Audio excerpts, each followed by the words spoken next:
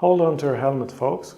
Today we're taking a ride through decades of dirt bike evolution, from homemade mayhem to modern day bikes.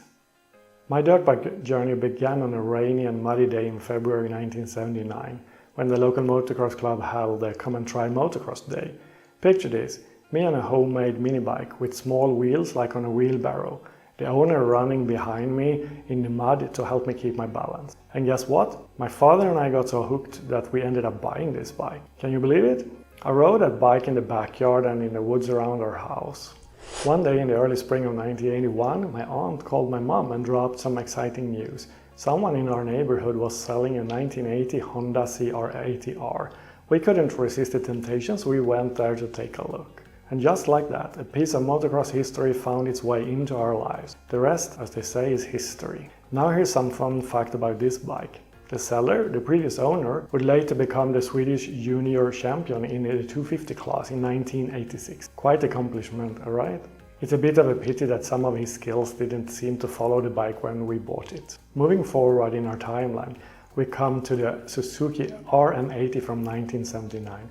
But there's a twist on this chapter. You see, my younger brother got this one, but motocross wasn't his game, so occasionally I rode it to give it some hours. Our journey through the years brings us to the Honda CR80 from 1982. The CR80 from 90 was a special chapter in my motocross journey, but it was the 82 CR80 that made a pivotal moment. This was my first brand new motorcycle, and during that season I decided to take my passion to the next level by participating in my very first races. Our journey through the years continues with a significant evolution. The Honda CR80 from 1983. The 83 CR80 was a game changer packed with exciting changes from the previous model. And here's a fun fact. I won my first race on this very Honda CR80R. It might have been a club race, but those victories count just as much. The journey through the years takes an interesting turn as we dive into the 1984 season, and I made a move to the 125 class. The 84 season brought new challenges and opportunities, and we decided to switch to Yamaha with a fantastic deal on the 83 Yamaha YC125. However, sometimes the rider triangle doesn't really quite match your riding style, and that was the case with the Yamaha YC125 for me. Despite its undeniable performance, I find myself longing for the familiar feel of a Honda. As they say, you should always ride what feels right for you. So after a few months exploring the Yamaha, we made a decision to switch back to Honda, a brand that had been a significant part of my motocross journey. We're back to Honda, and this time it's the Honda CR125R from 1984. It's a return to Honda and it feels just right. The Honda CR125R suited my riding style like a glove. It's amazing how the right bike can make all the difference. We got our hands on this bike mid-season of 84, and it was a fantastic bike that promised thrilling adventures on the track.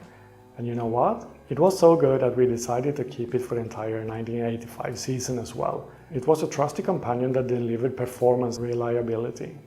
As we progress through the years, we arrive at the 1986 CR125R. This bike was a beauty to ride, and it was on the 86 CR125 that I made my debut riding for our club team. It was a thrilling opportunity representing our team on a machine that had the power to conquer the track. And here's a fun fact that adds a touch of glory to this chapter. The same club team that I rode for in 86 went on to win the gold medal for the club teams later that fall in Sweden. It's time to venture into the 1987 season, a year that marked a significant leap in my motocross journey as I moved up to the 250 class. And for this adventure I had the privilege of riding the mighty Honda CR250R from 1987. The CR250R was a true powerhouse, arguably one of the most powerful and undoubtedly one of the most beautiful bikes I ever had the pleasure of riding. That year I gave it my all, competing the CR250R in races, even to GNCC style races. That pushed me to the limit. It was a thrilling experience, and the bike's power made every moment on the track enjoyable. However, motocross can be a demanding sport, and sometimes it doesn't go as planned. In the 1988 season, early on, I faced an injury that brought an unexpected end to my motocross career. Fast forward to the present day, 34 years after I had to end my motocross career. The pull of dirt bikes and the thrill of the track never truly left my heart. So I decided to embark on a journey to see if I could ride again, if my body was still up for the challenge. I wanted a bike that wouldn't break the bank, but could still deliver the excitement I craved. So that's when I crossed the Kamax KMX 250 MT from 2021 and a half.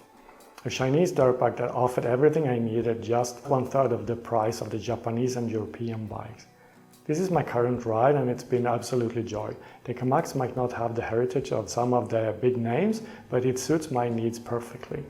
My goal now is simple, to have fun and experience the thrill of off-road riding once again. And this bike, it gives me just everything and more. It reminds me that the love for dirt bikes never truly fades.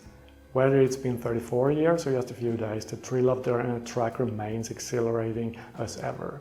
So as we wrap up the journey through the bikes that have shaped my off-road passion, remember that it's not about the brand or the price tag, it's about the pure joy of riding. With that said, stay tuned for more adventures, reviews, and please subscribe to the channel if you got through this video this far. Until then, ride safe and keep the dirt flying.